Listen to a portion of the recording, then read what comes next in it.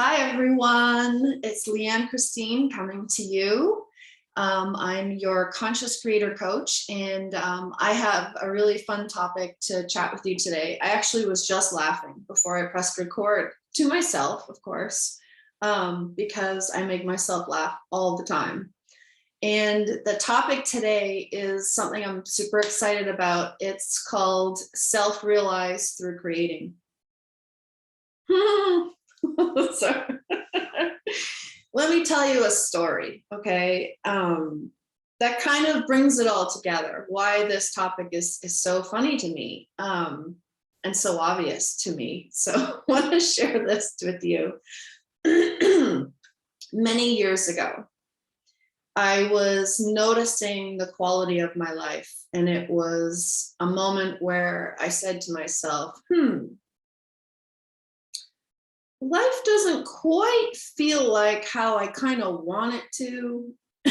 It's not going so well.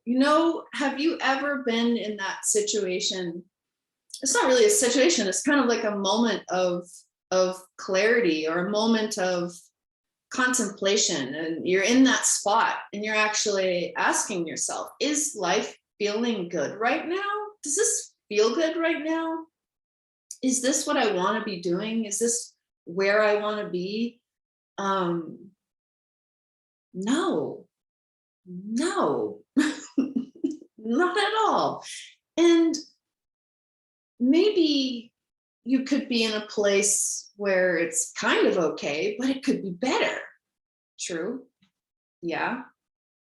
Well, this is a story about me, a little one.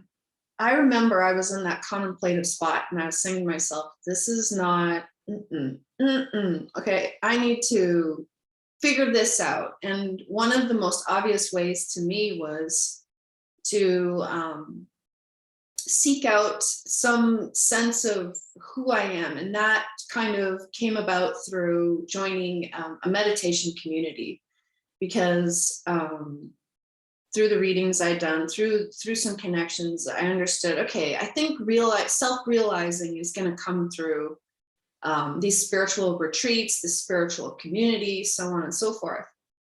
And, 10 plus years later, so 10 plus years later, great things happened. I became a certified meditation instructor, incredible Buddhist teacher.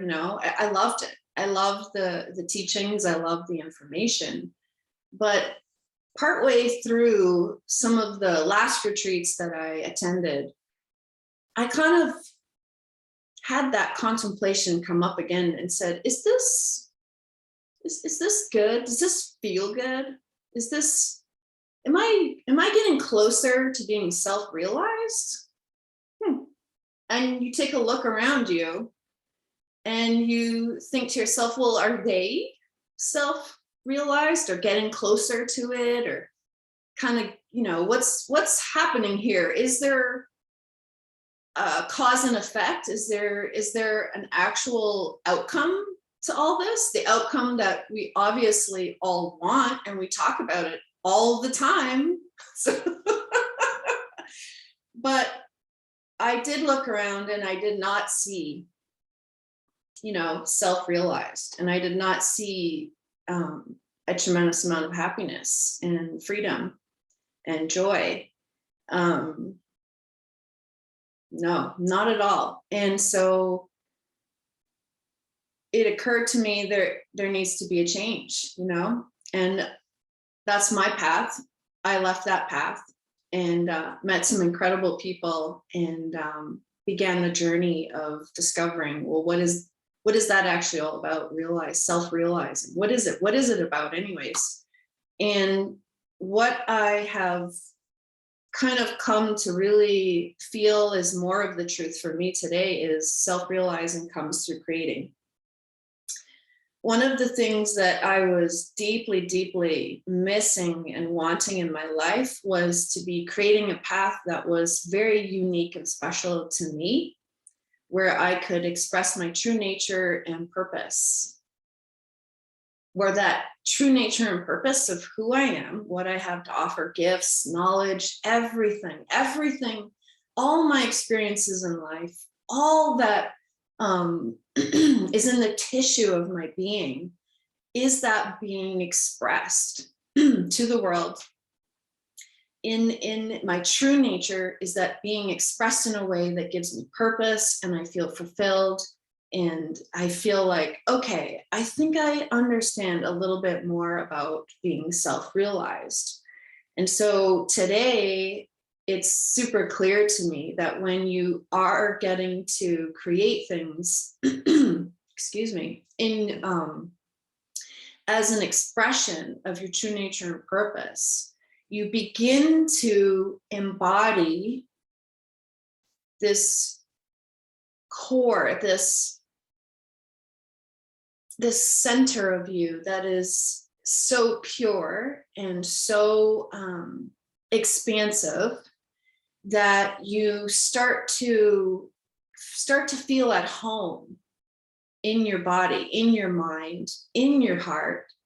And that at home gets expressed in what you're offering and doing in the world around you, in your communities, in your families, with your friends. And so you start to experience this kind of self-realized embodiment of yourself. And it's kind of like, it doesn't happen overnight, you know, and don't get me wrong, you can still have lots of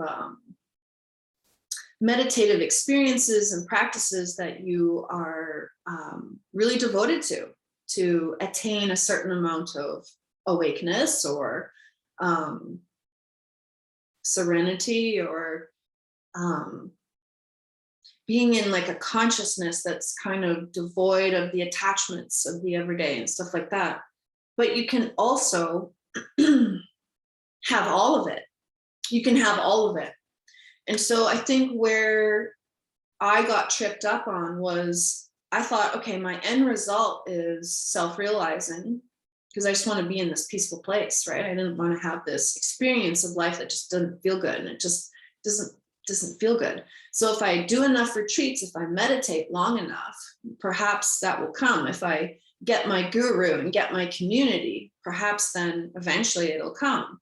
And I spent hours and hours and hours and hours. I mean, like uncountable number of hours in meditation, on the cushion, in retreat, just countless. And I definitely learned a lot about myself. So there was no wasted time here. That's what I want to make sure you know too about me, is that wasn't wasted time. That was beautiful, because it got me to where I am right now. But what I want to say is that I was doing that to get somewhere, to get something as an end result, and it just never came. It never came. And I was putting everything else aside because I thought that was the way to achieve that. But what I know today is that creating from your most core, deepest, true nature and purpose is actually closer to experiencing self-realization than anything I'd ever attempted to do in the past. And so you're not just creating anything, right? So there's kind of like, if you want to look at it like steps, right? First, you want to choose, what do you want to create? It's not going to be something that you don't love. You got to choose something you love, or else it's off the table. So you choose something you love that you want to create, and then you start taking action towards it. One step at a time. Then your true nature and purpose and being starts getting expressed and becomes a reality. And trust me, that's an incredible feeling. It's something that I can't even put into words right now. Really? Okay. So just trust me. And then most of the time, what we really want is something that we're not going for because we're resisting it, right? Because it's what we really love. It's kind of going to the heart and the tender spot, right? If you go right into what are those vegetables that have the hearts that everybody wants? I forget what they're called. They're like, I'm thinking of the French word, but I'm trying not to think of the French word right now. But anyways, it's the center. We're going for the heart of what we really want. And when we go for the heart of something that we really, really want, that is the expression of our true nature and purpose, that has us feeling like this is it, there's nothing else, usually resistance comes up. And it's really simple. Resistance comes up, and then we just don't take action towards it because the resistance is saying, this is scary. You can't do this. This can't happen. This is too, this is dangerous. This is too unknown. We don't know what'll be the result. So we got to keep you safe. Anyways, this is the subconscious mind, right? This isn't the conscious mind. The conscious mind knows what it wants. You can sit here and say, oh God, what I would really want to create in my life, this is amazing. It would feel incredible. And it would look like this. And I can see it and I can feel it. And then all of a sudden, the subconscious mind brings all this doubt, judgment, fear, anxiety, whatever, however it expresses itself. And then we stop taking the actions. We take the path of least resistance. And here we are again in the spot where we're not creating what we love, and we're not getting this opportunity to really experience ourselves in this divine, creative spirit. So that's what it comes down to. So that's what's something really special is happening along the way when you're in your divine essence, creative spirit. You are taking these little pieces of resistance one step at a time. You deal with that, you work with it, and then you release it, let it go. Remove that resistance and then take another step. Resistance appears again. Hi, hello, my name's doubt. And then you clear it and then take another step. So see how that works? It's actually quite simple.